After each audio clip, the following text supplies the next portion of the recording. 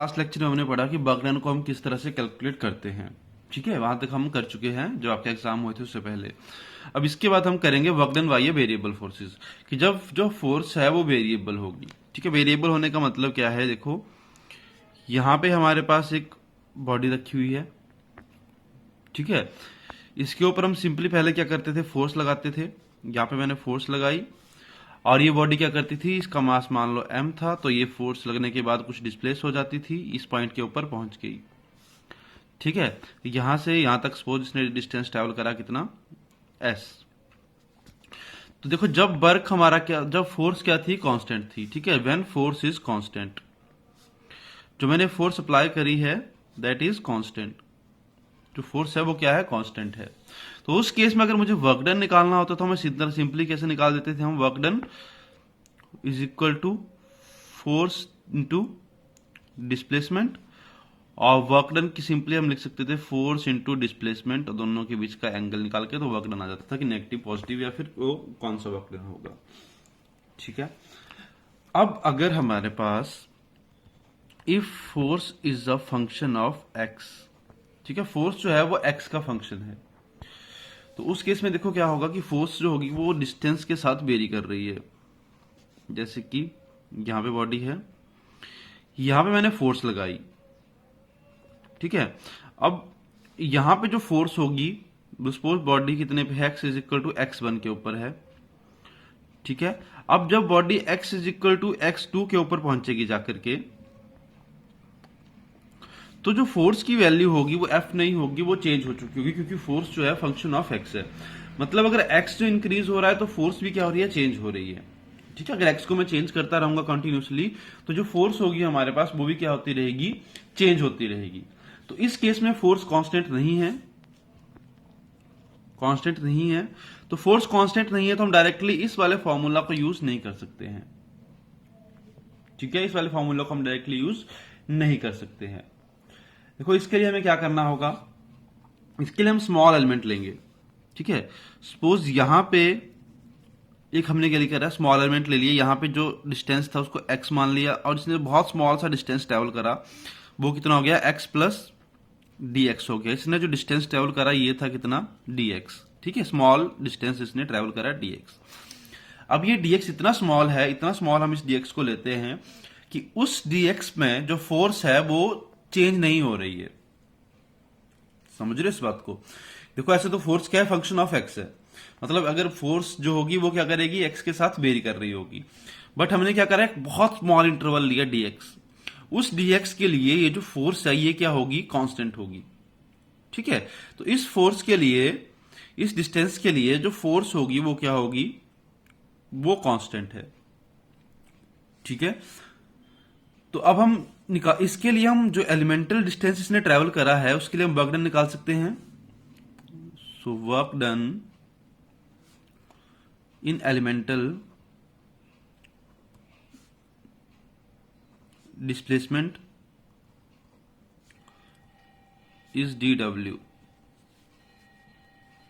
ठीक है, इसके लिए मैंने क्या बोला, उसको dw, तो उसको वो कितना आ जाएगा, f डॉट dx, क्योंकि इस एलिमेंटल डिस्टेंस के लिए, डिस्प्लेसमेंट के लिए जो वर्क डन है वो, जो फोर्स है वो क्या है, कांस्टेंट है। ठीक है, तो उसके लिए हम वर्क डन निकाल सकते हैं। तो अगर मुझे टोटल वर्क डन निकालना है, अब total work done in displacing from x is equal to x1 to x is equal to x2, अगर मुझे टोटल डिस्प्लेसमेंट निकालनी है, तो देखो जब भी हमें टोटल निकालना होता है स्मॉल एलिमेंट का, तो हम क्या करते हैं, इंटीग्रेशन करते हैं। ठीक है, तो यहां पे क्या आ जाएगी, तो वर्क डन क्या होगा, इंटीग्रेशन ऑफ dw, और इंटीग्रेशन ऑफ dw कितनी आ जाएगी, f डॉट dx। ठीक है, और जो हमारे पास डिस्टेंस जिसकी लिमिट्स जाएगी वो जाएगी कहां से कहां तक, x1 से x2 तक। क्लियर हुआ? तो ये जो होगा हमारे पास, तब वर्क डन आ जाएगा जब फोर्सेस हमारे पास क्या होंगी, वेरिएबल होंगी। तो हमेशा आपने क्या करना है, जब भी वेरिएबल फोर्स आएगी तो आप एक स्मॉल एलिमेंट लोगे dx, उस स्मॉल एलिमेंट को हम उस स्मॉल एलिमेंट के लिए हम फोर्स को कांस्टेंट मान लेते हैं कि फोर्स क्या है, कांस्टेंट है, क्योंकि डीएक्स बहुत ही ज्यादा स्मॉल होता है। जितना आपको मैं यहाँ पे दिखा रहा हूं उतना नहीं होगा, बहुत इससे भी बहुत स्मॉल होगा, बहुत ही ज्यादा स्मॉल, ठीक है। तो उतने के लिए फोर्स कांस्टेंट होगी। अगर मैं उस एलिमेंट स्ट्रिप के लिए वर्क डन निकाल पाया तो ये पूरा जो डिस्टेंस है उसी तरह से स्ट्रिप से बना हुआ है, तो हम इन स्ट्रिप्स को इंटीग्रेट कर देंगे तो हमारे पास क्या होगी, टोटल वर्क डन आ जाएगा। तो वेरिएबल फोर्सेस का एक एग्जांपल करा देता हूं आपको मैं। देखो इसमें क्या हुआ है, यह हमारे पास एक्स वाई प्लेन है, यहां पे हमने कोई बॉडी रखी हुई है, ठीक है। ये बॉडी है x is equal to 1 metre के ऊपर। यहाँ पे हमारे पास x एक्सिस है, यहाँ पे हमारे पास y एक्सिस है, ये हमारा ओरिजिन है। इसका जो मास है वो हमें दिया हुआ है कितना, 5 kg सपोज, ठीक है। और इसके ऊपर मैं एक फोर्स लगा रहा हूं इस डायरेक्शन में, ठीक है। और ये जो फोर्स है वो एंगल बना रही है हॉरिजॉन्टल के साथ कितना, 60 डिग्री का एंगल बना रही है, ठीक है। 60 डिग्री के ऊपर मैंने एक फोर्स लगाई है, बॉडी का मास 5 kg है, x is equal to 1 metre के ऊपर स्टार्टिंग में ये रखी हुई है हमने।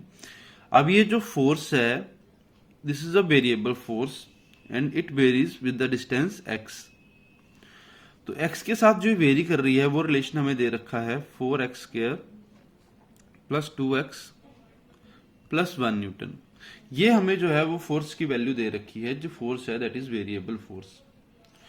हमें निकालना है work done by this force in displacing the block to position x is equal to 2 metre, ठीक है। अब x को हमें, फोर्स को हमें कहां लेके जाना है, x is equal to 2 metre के ऊपर हमें लेके जाना है। उसके लिए हमें क्या करना है, फाइंड वर्क डन, ठीक है। न्यूमेरिकल क्लियर हुआ। 5 kg की बॉडी रखी हुई है, 60 डिग्री के ऊपर फोर्स लगाई हुई है, x is equal to 1 metre के ऊपर रखी हुई है। जो ये फोर्स है that is variable force and it varies with the distance x and the relation is given that f is equal to 4x square plus 2x plus 1। हमें क्या करना है, वर्क डन फाइंड करना है कब, जब ये body x is equal to 2 metre के ऊपर पहुंच जाएगी, ठीक है। तो इसके बाद वर्क डन निकाल लेते हैं। देखो अब वर्क डन निकालने के लिए हमने क्या बोला था, वर्क डन क्या होगा, simply integration of f dot dx, small element लेंगे dx, तो उसको इंटीग्रेट कर देंगे, लास्ट में बॉडी कहां पहुंच जाएगी, x is equal to 2 metre के ऊपर, सपोज यहां पहुंच जाएगी लास्ट में जाकर के। तो इस dx को हम इंटीग्रेट कर देंगे, लिमिट्स डाल देंगे, ठीक है। अब देखो जो ये बॉडी है, वर्क डन जो हो रहा है इस बॉडी के ऊपर वो कौन सी फोर्स की वजह से हो रहा है। इस फोर्स के दो कंपोनेंट हो जाएंगे, एक तो ये हो जाएगा perpendicular component f sine theta, और ये हो जाएगा इधर f कॉस थीटा, ठीक है। अब जो परपेंडिकुलर कंपोनेंट है ये तो बॉडी को मूव नहीं करा रहा है, ये कभी बॉडी को 2 मीटर के ऊपर नहीं लेके जाएगा। अब बॉडी डिस्प्लेस कहां कर रही है, इस डायरेक्शन में फोर्स ये कहां लगी है, f साइन थीटा, इस डायरेक्शन में, तो f साइन थीटा का वर्क डन कितना होगा, 0। f साइन थीटा की वजह से कोई भी वर्क डन नहीं होगा, क्योंकि वर्क डन क्या होता है, fs cos थीटा, cos 90 कितना हो जाएगा, 0। तो इसकी वजह से तो कोई भी वर्क डन नहीं होगा। अब जो वर्क डन होगा वो किसकी वजह से होगा, जो ये 60 डिग्री वाला है हॉरिजॉन्टल में जो फोर्स लग रही है, तो हॉरिजॉन्टल में कितना लग रही है, f cos 60, तो जो वर्क डन आएगा वो कितना आएगा, देखो integration of f dx cos 60 degree, ठीक है। cos 60 को बाहर निकाल लो, 1/2 बाहर आ जाएगा। जो लिमिट्स जाएगी वो कहां से कहां होगी, x is equal to 1 to x is equal to 2, अंदर फोर्स की वैल्यू डाल दो, ये आ जाएगा 4x square plus 2x plus 1, limit 1 to 2। अब आपको क्या करना है, इसकी इंटीग्रेशन करनी है।